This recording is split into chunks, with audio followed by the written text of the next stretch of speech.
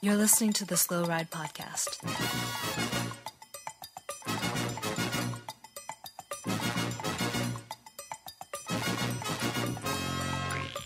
Fights, advice, and rumors straight from the source. I had to kick a fellow racer's wheel. That was totally separate from heckling. Wait, why did you figure kick out who another that racer's was. wheel? I told you this was it this? No, that was this last week. I didn't tell you guys this. He tried to come inside on me on one of the early corners, and there was no room. They were going to totally like T-bone me or like make me have to hit my brakes. So I just stuck out my foot and kind of kicked the front of their tire and said no. Did you say no? I did. I went no. So was it like an outrigger? Like you were putting your foot out to get the Yeah, turn? yeah. Like I was taking a right turn and I was like taking this line, and where this person was coming in, it was going to be like one of those things where they either like I was going to have to seed ground, or they were going to have to seed ground, or I was going to have to like lose the wheel a little bit.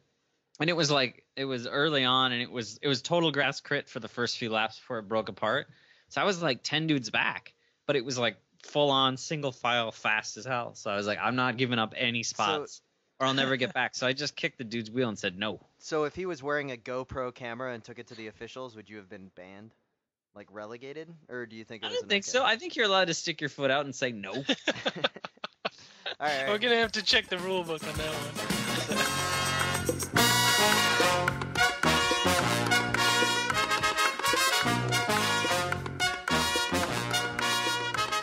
Run his camp. We can drive the cars. We can be his support vehicles. And Matt was telling us that, little guy, you can take bottles and feeds up to 4 times per hour. So every 15 minutes, you can come by and get a little sticky bottle to get you propelled fast. Because Nice. the key, little guy, is that you want to get the speed high enough that no one else is ever going to challenge it. Yeah. It's like 16 miles an hour, because I could do that consistently. Could you? So, good. Can you have aero bars? I don't Do know. we know? You know, Tim, I don't have aero bars, and that's an interesting point you bring up, because you borrowed my aero bars and then you loaned them out. I don't know if I loaned them out. I think the actual truth, little guy, is that I kept them on. Did. No, I don't think I loaned them out. I think that the person. Wait. Let me just jump in here. I want to alert our listeners to what's going on here. This is a controversy that is dated back to 2005. It's not even a controversy. I'm just right. Tim is wrong. So, little guy, yes, you borrowed me your aero bars. I do not. No, there's no. Weren't you a teacher? No one. He I never borrowed loaned you anything. You loaned me the aero bars, to which I used Yep. them. I took them off. I put them on the roof of the Saturn wagon. At which point they disappeared. You took them back.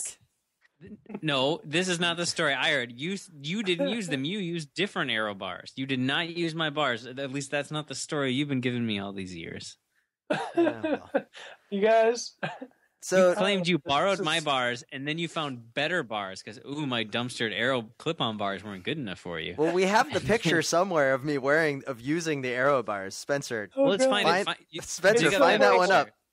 Let's Oh, see I've if got they're the it. right bars. It's That's so going to be that's the picture for the slow ride, because that's not little guy's aero bars, because he took them back. How did I take them back? Controversy continues. So The I race do want to get. wasn't at that race when you went off that day. I was That's not right, you were there. sick. I only got there in time to see Joel ride by with my aero bars and see them fall off his bike when he comes across the line, and then to never get my bars back. So it's Joel's fault.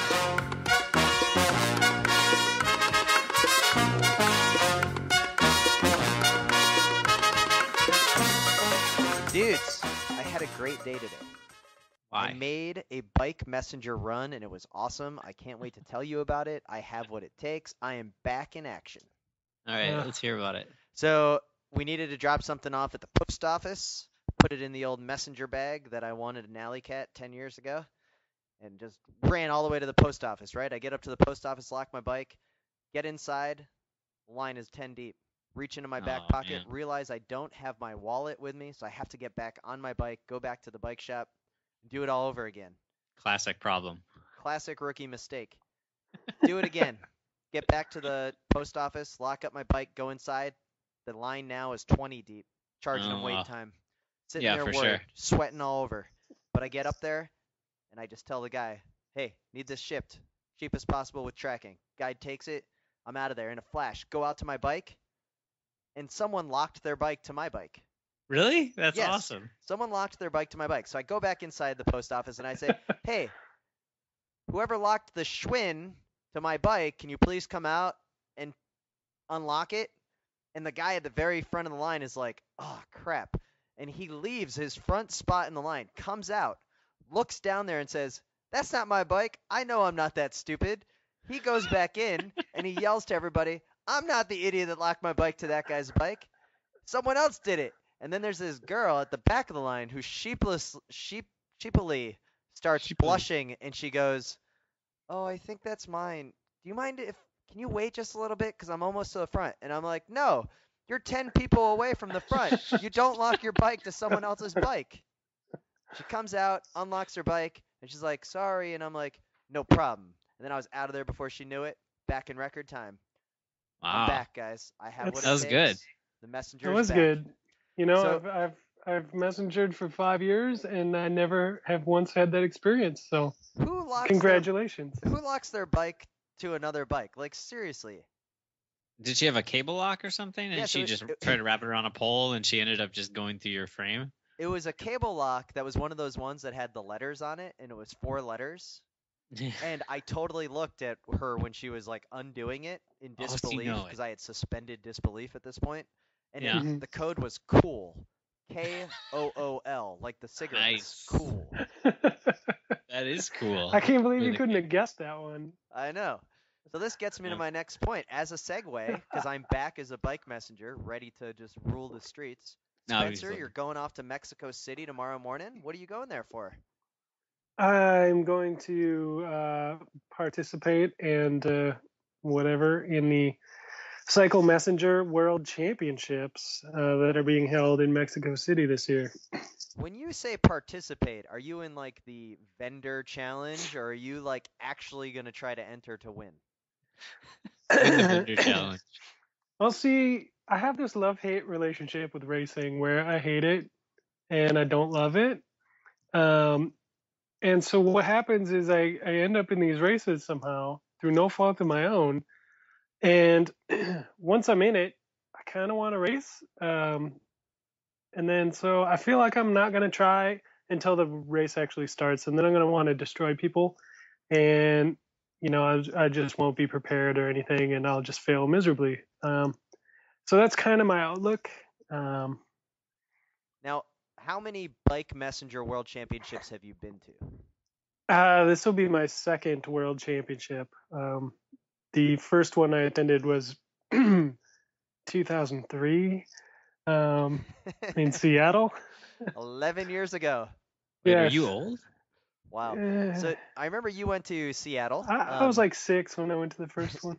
You went to Seattle, and then I went the next year to the Cycle Messenger World Championships in the bustling center of biking in Edmonton, Alberta, Canada. Yeah, great- surprisingly, I didn't want to go. I waited until it was in Toronto, where And then- people are more excited to go. I know we just lost our Edmonton listener, but Little guy went to Toronto. So Yeah. so the question is, between the three of us, who would do the best at the Bike Messenger World Championships if it was held, you know, where all three of us would go? Because for our listeners, the Bike Messenger World Championships, basically you get a list of stops that you need to go to on a closed, controlled course that has a lot of one-way streets, so you can't go the wrong way on one-ways. And you need to pick up a package at perhaps the, you know, Abus booth, and then you need to deliver it to the Kryptonite booth, and it's like FedEx tubes and various things, lots of cool stuff. So who would win between the three of us? I'm pretty sure I would obviously win. Really? Yeah, I don't think there's any question there. Yeah. Wow. What Dude, did you? How did you you guys do it? not How see did me you do in today? Edmonton? Guys, I had what it takes today. Yeah, I know. It sounds like it. It sounds like it. Ah. Did you run into any old men in the crosswalk, or is that's something you only did when you were a rookie? I'm pretty back sure then? he ran into that guy on the sidewalk. I Was did it not- the sidewalk? I only ran into the guy on the sidewalk because he had to come out of the building at the same time I was going on the sidewalk. Whose fault is that? The Slow Ride Podcast. Bikes, advice, and rumors straight from the source. theslowridepodcast.com and on Twitter at theslowridepod.